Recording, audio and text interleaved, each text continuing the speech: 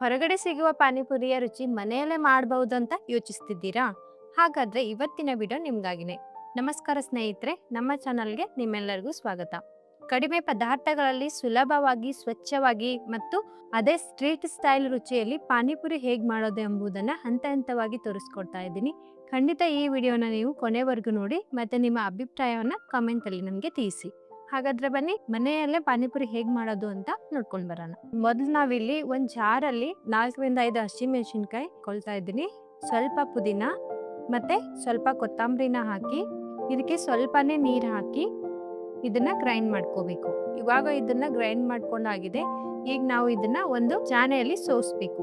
ಈ ರೀತಿಯಾಗಿ ಪಾನಿನ ರೆಡಿ ಮಾಡ್ಕೋಬೇಕು. ನಾವೀಗ ರೆಡಿ ಮಾಡ್ತಾ ಇರೋದು ಖಾರವಾದ ಪಾನಿ. ಇವಾಗ ಇದು ರೆಡಿ ಆಗಿದೆ. ಇದಕ್ಕೆ ನಾವು ಅರ್ಧ ಸ್ಪೂನ್ ಆಗುವಷ್ಟು ಪಾನಿಪುರಿ ಮಸಾಲಾನ ಮಿಕ್ಸ್ ಮಾಡ್ಕೊಳ್ತಾ ಇದ್ದೀನಿ.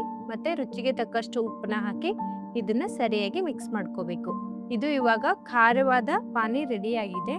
ಮತ್ತೆ ನಾವು ಒಂದ್ ಜಾರನ್ನ ತಗೊಂಡು ಇದರಲ್ಲಿ ನೆನೆಸಿರುವ ಹುಣಸೆ ಹಣ್ಣನ್ನ ಹಾಕ್ಬೇಕು. ಸ್ವಲ್ಪನೇ ಬೆಲ್ಲ ಹಾಕಿ ಇದಕ್ಕೆ ಸ್ವಲ್ಪ ನೀರ್ನ ಹಾಕಿ ಇದನ್ನ ಗ್ರೈಂಡ್ ಮಾಡ್ಕೋಬೇಕು. ಈ ರೀತಿಯಾಗಿ ಗ್ರೈಂಡ್ ಮಾಡ್ಕೋಬೇಕು. ಇವಾಗ ನಾವು ಗ್ಯಾಸ್ ಮೇಲೆ ಒಂದು ಪ್ಯಾನ್ ನ ಇಟ್ಟು ಇದರಲ್ಲಿ ಗ್ರೈಂಡ್ ಮಾಡಿರುವಂತ ಬೆಲ್ಲ ಮತ್ತೆ ಹುಣಸೆ ಹಣ್ಣನ್ನ ಇದರಲ್ಲಿ ಸೋಸ್ಕೊಳ್ಬೇಕು. ಈ ರೀತಿಯಾಗಿ ಗ್ಯಾಸ್ ನ ಲೋ ಫ್ಲೇಮ್ ಅಲ್ಲಿ ಇಟ್ಟು ಇದನ್ನ ಕುದಿಸ್ಕೋಬೇಕು. 5 ರಿಂದ 10 ನಿಮಿಷ ಕುದಿಸ್ಕೊಂಡ್ರೆ ಸಾಕಾಗುತ್ತೆ. ಇವಾಗ 2 ಸ್ಪೂನು ಸಕ್ಕರೆನ ಆಡ್ ಮಾಡ್ಬೇಕು. ಮತ್ತೆ ಅರ್ಧ ಸ್ಪೂನ್ ಆಗುವಷ್ಟು ಏಲಕ್ಕಿ ಪುಡಿನ ಹಾಕೊಳ್ಬೇಕು. ಇವಾಗ ಇದು ಪೂರ್ತಿಯಾಗಿ ಕುದ್ದಿದೆ. ಇವಾಗ ರುಚಿಗೆ ತಕ್ಕಷ್ಟು ಉಪ್ಪನ್ನ ಹಾಕಿ ಕುದಿಸ್ಕೋಬೇಕು. ಈಗಿದು ಪಾಕ ರೆಡಿ ಆಗಿದೆ. ಗ್ಯಾಸ್ನ ಆಫ್ ಮಾಡಿ ಇದನ್ನ ಒಂದ್ ಸೈಡ್ಗೆ ಇಟ್ಬಿಡ್ಬೇಕು. ಈಗ ಒಂದು ಬೌಲಲ್ಲಿ ಕುದಿಸಿರುವ 4 ರಿಂದ 5 ಆಲೂಗಡ್ಡೆನ ಹಾಕೊಳ್ತಾ ಇದ್ದೀನಿ. ಇದನ್ನ ಸರಿಯಾಗಿ ಮ್ಯಾಶ್ ಮಾಡಬೇಕು.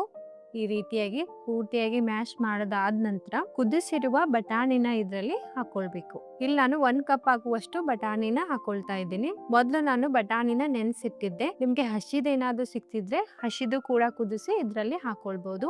ಇವಾಗ ಸ್ವಲ್ಪನೇ ಕೊತ್ತಂಬರಿನ ಹಾಕಿ ಮತ್ತೆ 1 ಗಡ್ಡೆ ಆಗುವಷ್ಟು ಈರುಳ್ಳಿನ ಹಾಕೊಳ್ತಾ ಇದ್ದೀನಿ.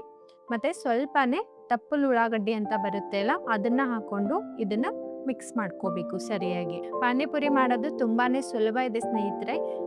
ಇದಕ್ಕೆ ಜಾಸ್ತಿ ಟೈಮ್ ಕೂಡ ಹಿಡಿಯೋದಿಲ್ಲ. ಬೇಗನೆ ನಾವು ಮನೆಯಲ್ಲಿ ರೆಡಿ ಮಾಡ್ಕೊಳ್ಬಹುದು. ಇವಾಗ ನಾವಿಲ್ಲಿ ಸ್ವಲ್ಪನೇ ಪಾನಿಪುರಿ ಮಸಾಲಾನ ಹಾಕೊಳ್ತಾ ಇದ್ದೀನಿ.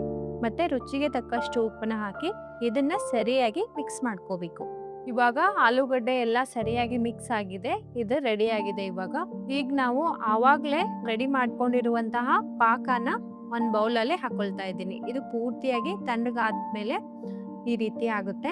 ಈಗ ನೆಕ್ಸ್ಟ್ ನಾವು ಪೂರಿನ ರೆಡಿ ಮಾಡ್ಕೊಳ್ಬೇಕು. ಪೂರಿನ ಮನೆಯಲ್ಲೇ ರವೆಯಿಂದನೂ ಕೂಡ ಮಾಡ್ತಾರೆ. ಮತ್ತೆ ಈ ರೀತಿಯಾದಂತ ರೆಡಿ ಇರುವ ಪೂರಿ ಕೂಡ ನಿಮ್ಗೆ ಅಂಗಡಿಯಲ್ಲಿ ಸಿಗುತ್ತೆ. ಅದರಿಂದನೂ ನೀವು ಪೂರಿನ ಮಾಡ್ಕೋಬಹುದು.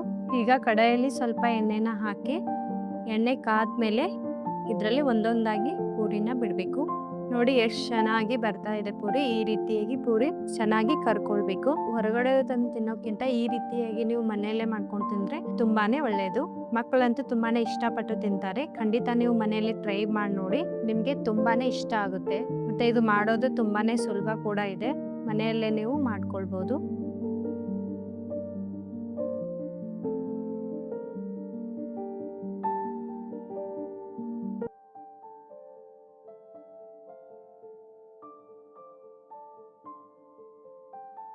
ಇವಾಗ ಎಲ್ರಿಗೂ ಇಷ್ಟವಾಗುವ ಮತ್ತೆ ಮಕ್ಕಳಂತೂ ಇಷ್ಟಪಟ್ಟು ತಿನ್ನುವ ಪಾನಿಪುರಿ ರೆಡಿಯಾಗಿದೆ. ಈ ರೆಸಿಪಿ ನಿಮಗೆ ಇಷ್ಟ ಆಗಿದೆ ಅಂತ ಅನ್ಕೋತೀನಿ. ಇಷ್ಟ ಆಗಿದ್ರೆ ಖಂಡಿತ ನಮಗೆ ಕಮೆಂಟಲ್ಲಿ ತಿಳಿಸಿ. ಮತ್ತೆ ನಿಮಗೆ ಯಾವ ರೀತಿಯ ರೆಸಿಪಿ ಬೇಕು ಅಂತಲೂ ಕೂಡ ನಮಗೆ ಕಮೆಂಟ್ ಮಾಡಿ ತಿಳಿಸಿ. ಮತ್ತೆ ರುಚಿಯಾದ ಅಡುಗೆಯೊಂದಿಗೆ ಮತ್ತೆ ಭೇಟಿಯಾಗೋಣ.